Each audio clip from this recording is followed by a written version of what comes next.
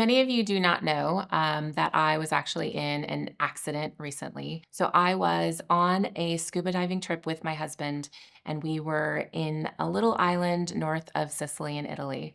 Um, After just finishing our dives, I got on my Vespa to go back to our hotel.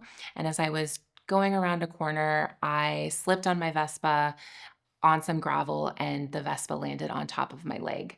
At that point, I couldn't move. We had an ambulance that came to help me. After being in the hospital in Italy for about 9 hours, x rays were taken, and it was determined that I needed emergency surgery.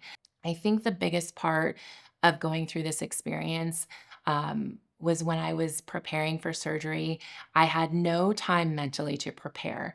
And it was in that emergency situation where I was going in for surgery that I'm filling out paperwork, and the question comes up: do you have an advanced healthcare directive? And it hit me that you never know what's going to happen.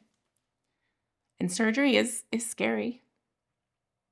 And that was the most terrifying thing.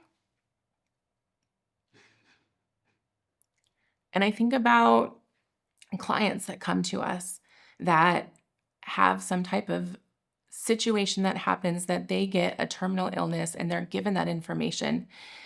And it breaks my heart because now they're having to go through that stress and also plan for their estate. And in that moment that I was going into surgery, I wasn't concerned about the advanced healthcare directive and my wishes because I knew my estate plan was done. My concern at that point was just getting through it. With my accident, I had to have several surgeries, and I had to go through that multiple times.